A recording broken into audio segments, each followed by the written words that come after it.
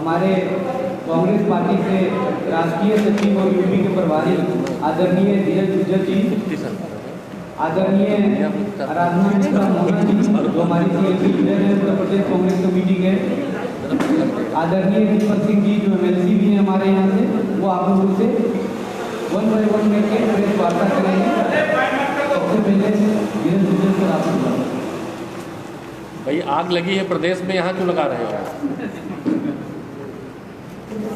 आज आप सबके बीच में जिस तरह से योगी सरकार ने उत्तर प्रदेश को अपराध प्रदेश बना दिया है, जिस तरह से जनता के विकास की जगह यहाँ अपराधियों का विकास हो रहा है, और जिस तरह से आज यहाँ पर ना विधायक सुरक्षित है, ना आम जनता सुरक्षित है, ना अधिकारी सुरक्षित है, यहाँ तक कि जिस पार्टी की सत्ता में लोग हैं अब वो लोग भी चिल्लाने लगे हैं। उन लोगों के कारण और अपराधों के कारण जो उत्तर प्रदेश के हालात यहाँ बने हैं, उन हालातों के लिए मैं आपसे यही कहना चाहता हूँ कि ये कैसे मंजर सामने आने लगे हैं। नाचते गाते हंसते हुए लोग अब रोने लगे हैं। बदल दो इस ठहरे हुए पानी को, अब तो कमल के फूल मुरझाने लगे हैं। उत्तर प्रदेश को अपराध प्रदेश बना दिया योगी सरकार की नकारापन के कारण।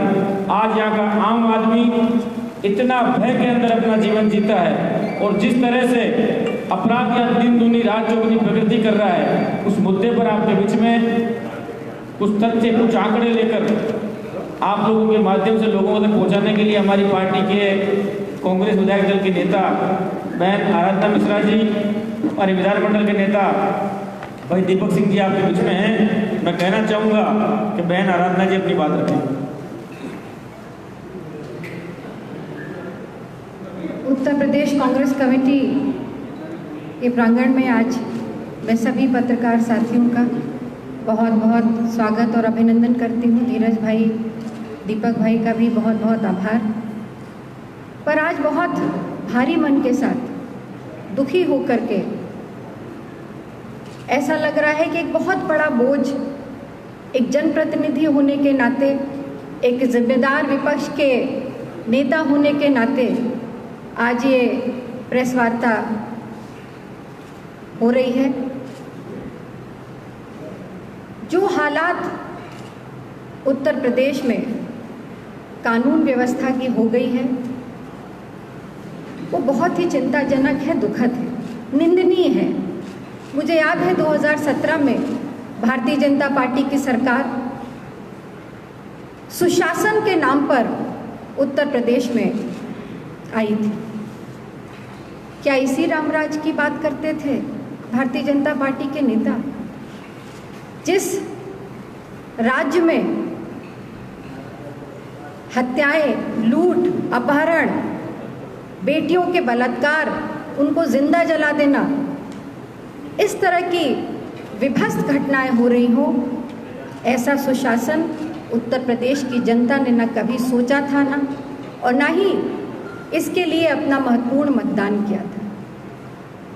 मैं आभार व्यक्त करना चाहती हूँ आप सभी मीडिया के साथियों का भी, कि बहुत सारी ऐसी घटनाएं लॉ एंड ऑर्डर को लेकर के हो रही हैं जो आपके माध्यम से हम लोग तक भी पहुंचती हैं और प्रदेश की जनता और देश की जनता तक पहुंच रही हैं। मैं कुछ आंकड़े आपके सामने रखना चाहती हूँ।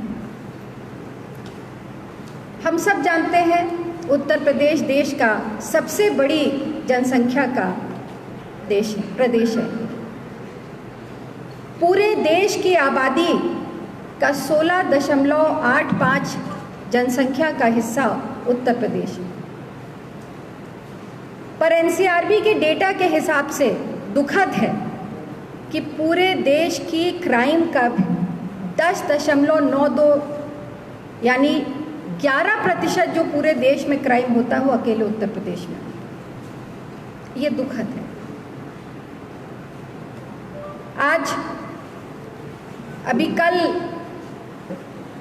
लखीमपुर में एक घटना हुई जिसमें एक पूर्व विधायक श्री मिश्रा जी का दिन दहाड़े खुलेआम उनकी हत्या कर दी गई। उनके बेटे के ऊपर भी घात किया गया, वो अभी इलाज करा रहे हैं। और अभी वो घटना शांत नहीं हुई थी कि आज ही कुशीनगर में बहुत बड़ी घटना हुई है, जिसमें जिन्होंने हत्या की और जो हत्यारे थे उनको मॉब लिंचिंग जैसी की सूचनाएं आ रही हैं कि गांव के लोगों ने पीट पीट करके मार डाला। ये घटना हमारे सामने एक बहुत बड़ा प्रश्न चिन्ह खड़ा करती है कि क्या अपराधियों पर तो सरकार का नियंत्रण समाप्त हो चुका है, पर क्या प्रदेश की जनता का भी इकबाल पुलिस और प्रशासन पर समाप्त हो गया है? उनको क्या उम्मीद नहीं रह गई है कि उत्तर प्रदेश की पुलिस या उत्तर प्रदेश की सरकार से उनको न्याय मिलेगा? अगर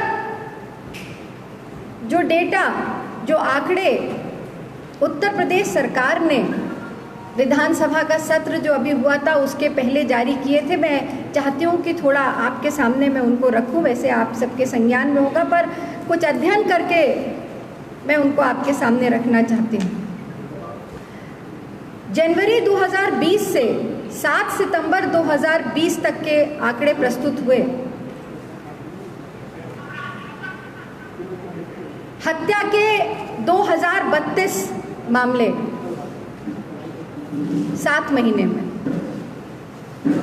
अगर मेरी गणित ठीक है तो लगभग अगर उसको 7 से भाग किया जाए तो 290.28 मान लेते हैं, 291 मामले हर महीने हत्या के हो रहे हैं। और अगर उसको 30 से भाग किया जाए तो लगभग 9 से 10 हत्याएं प्रतिदिन उत्तर प्रदेश में हो रही हैं। ये मेरे आंकड़े नहीं हैं, विपक्ष के आंकड़े नहीं हैं, ये सरकार के आंकड़े। महिलाओं के प्रति जो अपराध हो रहे हैं, 1216 मामले दर्ज हुए केवल 7 महीने में। और अगर उनको भी भाग किया जाए तो पर मंथ 174 मामले और पर डे 6 से 7 मामले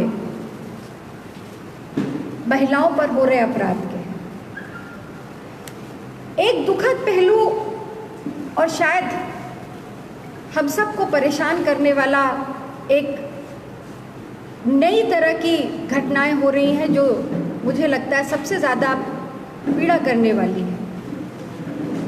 बेटी पढ़ाओ बेटी बचाओ का नारा देने वाली भारतीय जनता पार्टी की सरकार में आज जो बेटियों के साथ दरिंदगी हो रही है उसने सारी पराकाष्ठाएं पार कर दी।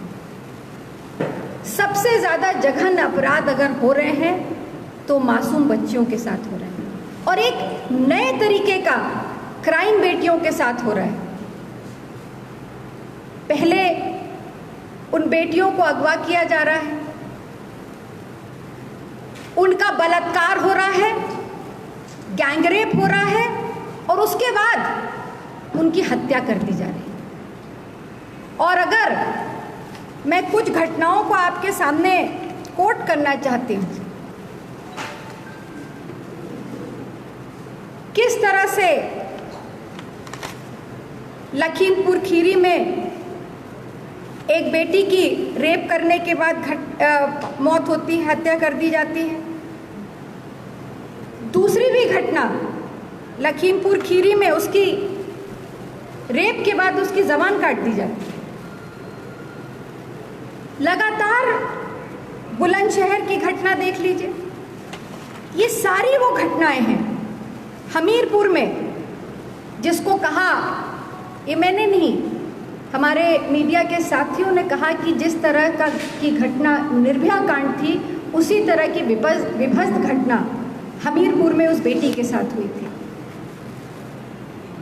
बहुत सारी घटनाएं लगातार टीवी और समाचार पत्रों में आ रही हैं, मैं मानती हूँ कि जितना दुखी आज मैं हूँ, मैं भी एक माँ हूँ, एक बेटी हूँ, एक बहन हूँ, शायद उतनी ही पीड़ा आपको भी हो रही होगी। इस अपराध जो भारतीय जनता पार्टी के राज में बेटियों के साथ हो रहा है, ये अक्षम्य अपराध है, ये माफ नहीं किया जा सकता। जिन बेटियों की रक्षा करने के लिए हमारे देश के शौर्य को जाना जाता था, आज वो बेटियां बलात्कार करके जिंदा मार दी जाती हैं, जिंदा जला दी जाती हैं। और अफसोस की बात यह है कि हत्यारों को सरकार बचाने में लगी रहती है, उनको उनके अपराध की सजा नहीं मिलती। दलितों के अपराध की बात करें तो उत्तर प्रदेश टॉप पे है। महिलाओं पर हो रहे अपराध की बात करें तो उत्तर प्रदेश टॉप पे है। मुख्यमंत्री जी विधानसभा में लगातार सीना ठोक करके कहते हैं कि या तो अपराधी उत्तर प्रदेश में को छोड़ करके चले जाएंगे और या जेल जाएंगे।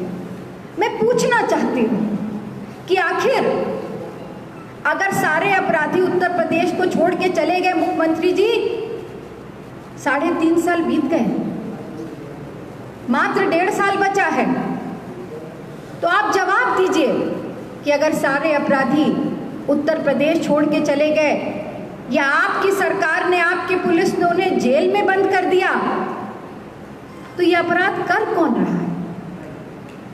ये कौन लोग हैं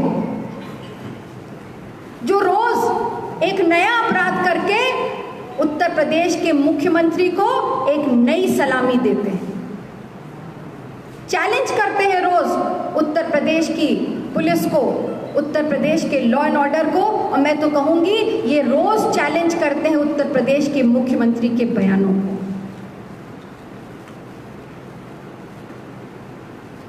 बयान देने में, बोलने में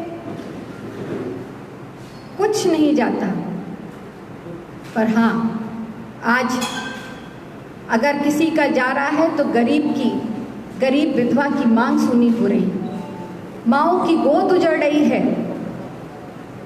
बेटियों का बलात्कार हो रहा है।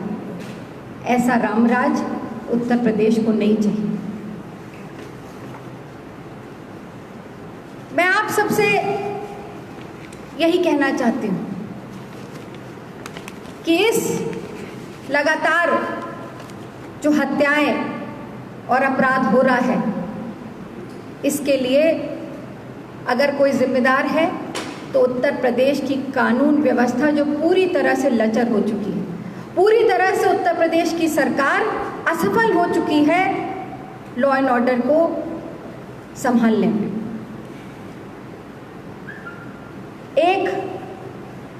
अभी थोड़ी देर पहले मुझसे एक साथी पत्रकार ने पूछा, कल से ये चर्चा चल रही है कि बहुत सारे ब्राह्मणों की हत्या उत्तर प्रदेश में, क्या ब्राह्मण उत्तर प्रदेश के समाज का हिस्सा नहीं है? क्या उत्तर प्रदेश के नागरिक नहीं हैं? उनकी सुरक्षा कौन करेगा? मैं पूछना चाहती हूँ आज आपके माध्यम से सरकार से कि क्या ये महज इत्तेफाक है कि जितनी हत्याएं हुई, मेरे पास एक सूची भी है, आपके पास मुझसे पहले होगी क्योंकि सबसे ज़्यादा कवर आप ही लोग करते हैं और सवाल पूछते हैं। क्या ये महज इत्तेफाक है कि बहुत सारे हमारे ब्राह्मण भाइयों की हत्याएं हुई हैं, और हत्याएं किस तरह से पूरे परिवार को समाप्त कर दिया गया? प्रयागराज की घटना देख लीजिए। कल एक जनप्रतिनिधि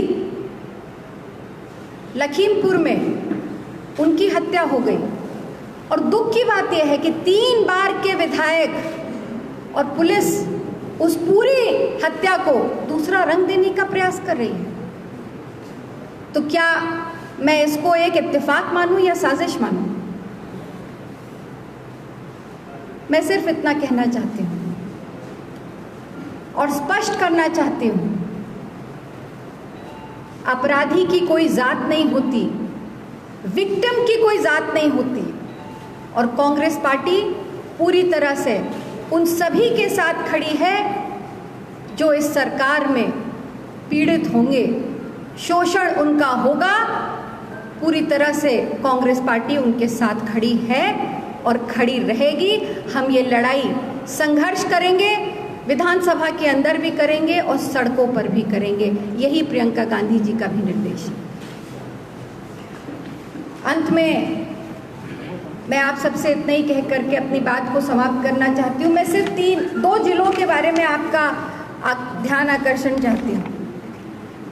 लखीमपुर में 1 जनवरी से 27 अगस्त तक 51 दुष्कर्म की घटनाएं हुई। दुष्कर्म के बाद 3 हत्याएं हुई। छेड़खानी की 161 घटनाएं हुई। गोरखपुर में, जो माननीय मुख्यमंत्री जी का संसदीय क्षेत्र है, उनकी कर्मभूमि भी है, 1 जनवरी से 4 सितंबर तक 50 दुष्कर्म की घटनाएं। अगस्त में केवल 28 दिनों में 14 हत्याएं हुई। ये 2 जिले, क्योंकि मैं चाहती हूं कि आप सबका ध्यान इस पर जाए, इसलिए मैंने इनके आंकड़े आपके सामने प्रस्तुत किए हैं। बाकी बहुत सारे आंकड़े हैं, आप कुछ आंकड़े हम लोग तो आप ही लोगों से जुटाते हैं वो आंकड़े, पर अब समय आ गया है कि उत्तर प्रदेश में हो रहे बढ़ते इस अपराध का हिसाब किताब उत्तर प्रदेश की सरकार से अब कांग्रेस पार्टी लेना शुरू करेगी। इसका हिसाब किताब उत्तर प्रदेश की सरकार को और मुख्यमंत्री को देना पड़ेगा। बहुत बहुत धन्यवाद। अब मैं दीपक जी से अनुरोध करूंगी कि वो आप सबको संबोधन करें। सभी लोकतंत्र के चौथे प्रहरी पत्रकार बंधुओं का इलेक्ट्रॉनिक, प्रिंट और पोर्टल के साथी आए हैं, सबका स्वागत है। जैसा कि इस पत्रकार वार्ता में हमारे उत्तर प्रदेश कांग्रेस कमेटी में जो प्रभारी सेक्रेटरी हैं भाई नीरज गुजर जी, आराधना मिश्रा जी ने आपको विस्तृत रूप से आंकड़े प्रस्तुत किए कि उत्तर प्रदेश में आज घटनाएं किस प्रकार की घट रही हैं। उन आंकड़ों का जो लखोलुभाव था, अगर हम देखें तो हत्या के मामले में उत्तर प्रदेश में घटनाएं रोज घंटों के हिसाब से होती हैं। एक हत्या एवरेज 2 घंटे में होती है, और महिलाओं के साथ दुराचार, व्यभिचार और बलात्कार मिनट के हिसाब से होता है। ये उत्तर प्रदेश की जो NCRP का डेटा है उसके अनुसार तथ्य और प्रमाण है। अभी कई सारी चीजों की तथ्यात्मक बात हो रही थी। अब आप सब अगर पत्रकार बंधु ना हो, मीडिया ना हो, तो मुझे लगता है उत्तर प्रदेश में सिंगल मर्डर का संज्ञान नहीं लिया जाता है जब तक डबल, ट्रिपल और 5th मर्डर ना हो। दुराचार, बलात्कार के मामलों का संज्ञान या तो मीडिया ट्रायल हो या किसी कांग्रेस पार्टी के नेता का बयान आए या प्रियंका गांधी जी सवाल पूछे, तब उस पर उत्तर प्रदेश सरकार संज्ञान लेती है। प्रदेश को जानकारी होती है कि उत्तर प्रदेश में महिला दुराचार की घटनाएं इस तरह बढ़ी है। अभी बात हो रही थी आंकड़ों के हिसाब से, उत्तर प्रदेश में कोई ऐसा स्थान नहीं बचा है, कोई ऐसा संस्थान नहीं बचा है, उत्तर प्रदेश में कोई ऐसी जगह नहीं बची है जहां पर आपराधिक घटनाएं न घटती हो। और सरकार इस बात को गुमराह करके गलत तथ्य और प्रमाण मीडिया के माध्यम से, बयानों के माध्यम से, भाषण के माध्यम से प्रदेश की जनता को देती है। मैं एक तथ्य आपके सामने रखता हूं। ये दिनेश शर्मा जो हमारे विधान परिषद में सदन के नेता हैं, उनकी तरफ से जवाब आता है। उन्होंने जवाब में कहा है, मैंने पूछा था कि उत्तर प्रदेश में 2020 में कितनी आपराधिक घटनाएं हुई, उनका जवाब है 2020 तक प्रदेश में घटित आपराधिक घटनाओं का विवरण प्रस्तुत किया जाना है, जो अत्यंत विस्तीर्ण होने के कारण माननीय सदन के पटल पर रखा जाना असुविधाजनक है। मतलब मेरा कहने का ये हुआ कि आप सदन के पटल पर रखेंगे, अगर आप गलत जानकारी देंगे तो आपके विरुद्ध विशेषाधिकार हनन की कार्रवाई होगी। इसलिए अपराध के आंकड़े सदन में सरकार नहीं रखती है और झूठे बयानबाजी करती है। हमने अभी पहले कहा, लोकतंत्र का कोई ऐसा स्तंभ या कोई संस्थान अपराधियों की पकड़ से दूर नहीं है। अगर हम सिलसिलेवार शुरू करें, अभी भारतीय जनता पार्टी का विधायक अलीगढ़ में जिनका हाफ इनकाउंटर हुआ, लखीमपुर घेरी घटना कल सभी ने प्रमुखता से दिखाई, इसमें विजेंद्र निवेद मिश्रा जी की हत्या की जाती है, उनके घर में घुस के तोड़फोड़ की जाती है। अपराधी बिजनौर की कोर्ट में घुसकर हत्या करते हैं। बुलंदशहर, गोरखपुर, लखनऊ, प्रयाग सहित दर्जनों जनपदों में अधिवक्ताओं की हत्या होती है। अभी डिप्टी कलेक्टर मथुरा, मैं वो आंकड़े भी लेकर आया हूं आपके सामने, चूंकि ये चीजें जानकारी में होनी चाहिए। अभी बलिया के एडीएम ने एक अपनी जान माल की सुरक्षा की, सरकार पे भरोसा नहीं था, उन्होंने अपनी यूनियन को पत्र लिखा। यही हाल डिप्टी कलेक्टर मथुरा का भी था, उन्होंने भी दबंगों से अपनी जान माल की सुरक्षा के लिए सरकार के साथ साथ अपनी यूनियन को पत्र लिखा। इसका मतलब उत्तर प्रदेश में कानून व्यवस्था समाप्त हो चुकी है, उनकी सरकार की पुलिस पर अब अधिकारियों को भरोसा नहीं रहा। दूसरी घटना मैं कहता हूं कि जिस पत्रकार हर क्षण जो रिपोर्टिंग करता है इस कोरोना महामारी के समय में भी अपनी जान को जोखिम लगाकर पड़ोसी के पड़ोस में क्या हो रहा है खबर को दिखाता और बताता रहा है। दर्जन भर पत्रकारों की हत्या भारतीय जनता पार्टी की सरकार में हुई है, जिसमें विक्रम जोशी या अभी हाल में जो घटना हमारे सामने आई रतन सिंह की, बड़ी प्रमुखता से प्रदेश के सामने आई है। कांग्रेस पार्टी का कहना है जिस तरह से देश में मेड इन चाइना या चाइना का ब्रांड पूरी तरह से फेल हो चुका है, उत्तर प्रदेश में भारतीय जनता पार्टी का ब्रांड पूरी तरह से फेल हो चुका है। चाइनीज सामान वगैरह लोगों ने घर से निकालकर फेंक दिया है।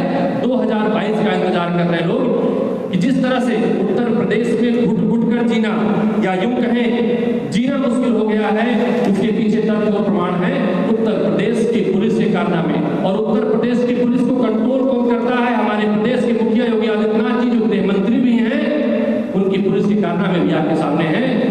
ये घटना अमरोहा पुलिस की है, आप सबने उसको देखा और पढ़ा भी था। अमरोहा में पुलिस ने बाप बेटी को जेल भेज दिया, जैसे भी कहा जा रहा था निवेदिता के प्रकरण में पुलिस घटना को अलग तथ्य दे रही है। बाप बेटी अपने परिजन की हत्या के आरोप में पुलिस की जांच में जेल काटते हैं, 1 वर्ष बाद बेटी लौट कर आती है, पता लगता है बेटी जिंदा है। ऐसे प्रदेश में इस तरह से न्याय होता हो, न्याय प्रणाली पर भरोसा कैसे कर सकते हैं जहां पर अपराध मिनटों में, बड़े अपराध घंटों में घटते हो? उस सरकार को रहने का नैतिक दायित्व क्या बनता है? क्या उत्तर प्रदेश में भाषण सरकारें चलेंगी? उत्तर प्रदेश में सिर्फ जुमलेबाजी सरकारें चलेंगी? अगर यूं कहें उत्तर प्रदेश में जो अपराध के आंकड़े हैं, उन अपराध के आंकड़ों को देखकर भारतीय जनता पार्टी चुनाव के पहले जब 2017 का चुनाव हुआ था, भारतीय जनता पार्टी ने नारा दिया था, जिस गाड़ी पर सपा का झंडा उस गाड़ी पर समझो बैठा गुंडा। इन झूठे नारों पर, अफवाहों पर भारतीय जनता पार्टी की सरकार बनी थी। लेकिन आज उत्तर प्रदेश की जन जन इस बात को कहता है, जिस गाड़ी पर भाजपा का झंडा उससे समझो चल रहा है गुंडा। गुंडों को संरक्षण देने वाली भारतीय जनता पार्टी की सरकार को कांग्रेस पार्टी महामहिम राज्यपाल से बर्खास्त करने की मांग करती है, क्योंकि कई बार इस सूबे के मुखिया से इस्तीफे की मांग की जा चुकी है, जो स्वयं गृह मंत्री हैं उत्तर प्रदेश सरकार में। क्योंकि हमारी पार्टी के तमाम जो हमारे पहले बातें रखी थी, उन्होंने तथ्य और प्रमाण के साथ घटनाओं का जिक्र किया था। उत्तर प्रदेश में घटित अपराधों के इतने आंकड़े लेकर आया हूं, अगर इनको हम पढ़ना शुरू करें तो मुझे लगता है प्रेस कॉन्फ्रेंस के बजाय एक जनसभा संबोधित करनी पड़ेगी उत्तर प्रदेश सरकार के आंकड़ों की घटनाओं को गिनाते हुए। कांग्रेस पार्टी का जो बयान है, कांग्रेस पार्टी ने सदन में भी भारतीय जनता पार्टी की नीतियों के खिलाफ, बढ़ते अपराध के खिलाफ, बढ़ते दुराचार के खिलाफ सदन में आवाज उठाई थी। कांग्रेस पार्टी सड़क पर भी भारतीय जनता पार्टी के खिलाफ लड़ रही है। भले उत्तर प्रदेश के अन्य विपक्षी दलों के दफ्तरों में ताले बंद हो, कोई राजनीतिक दल भारतीय जनता पार्टी के पक्ष की बात अपने सुविधानुसार करता हो, कांग्रेस पार्टी इस बात का संकल्प लेकर आई है। जिस तरह से उत्तर प्रदेश 20 साल से बेहाल और बदहाल है, प्रियंका गांधी जी के दिशा निर्देशन पर उत्तर प्रदेश को फिर से पटरी पर लाना है, कानून व्यवस्था की स्थापना करनी है, महिलाएं सुरक्षित रहें, बच्चे सुरक्षित रहें, किसी के घर में घुस के हत्या ना हो, ऐसा स्थिति न बन जाए उत्तर प्रदेश में जब 3-4 मर्डर हो या महिला दुराचार की बड़ी घटना हो तभी संज्ञान लिया जाए। कांग्रेस पार्टी इसके लिए सड़क से लेकर सदन तक आंदोलन करेगी और इस प्रेस कॉन्फ्रेंस के माध्यम से, लोकतंत्र के चौथे स्तंभ के माध्यम से उत्तर प्रदेश के महामहिम राज्यपाल से उत्तर प्रदेश की सरकार को बर्खास्त किए जाने की मांग करती है।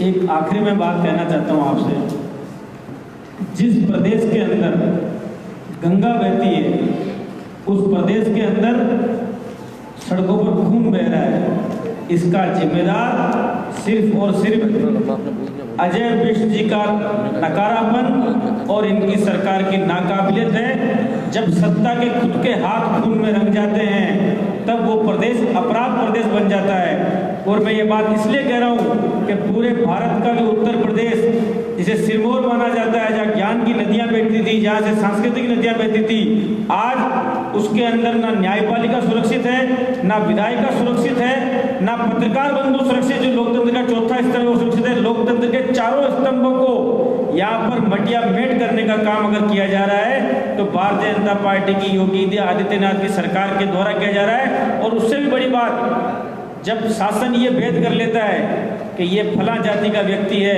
मैं इसके साथ कैसा व्यवहार करूँ, उसका सबसे बड़ा उदाहरण होगा कि जब देश में पहली बार किसी सरकार ने ये घोषणा कर दी होगी कि ये पता किया जाए कि ब्राह्मणों के पास कितने हथियार के लाइसेंस हैं, आप क्या संदेश देना चाहते हैं और संविधान की कौन सी धारा में विश्वास रखना चाहते हैं। ये सवाल योगी आदित्यनाथ से कांग्रेस पार्टी पूछना चाहती है।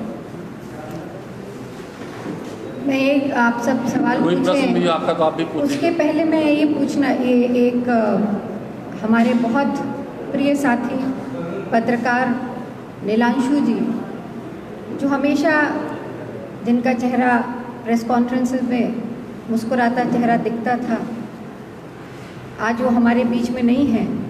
मैं अपनी ओर से, कांग्रेस पार्टी की ओर से श्रद्धांजलि अर्पित करती हूँ और संवेदना उनके परिवार की है।